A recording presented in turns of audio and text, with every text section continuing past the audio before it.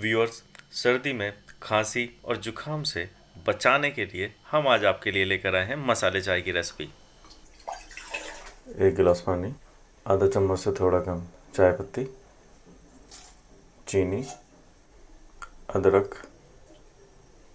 मसाला तैयार करेंगे। दालचीनी, छोटी इलायची, जावित्री और जायफल, 4 से 5 लौंग, 6 से 7 काली मिर्च। मसाला तैयार है।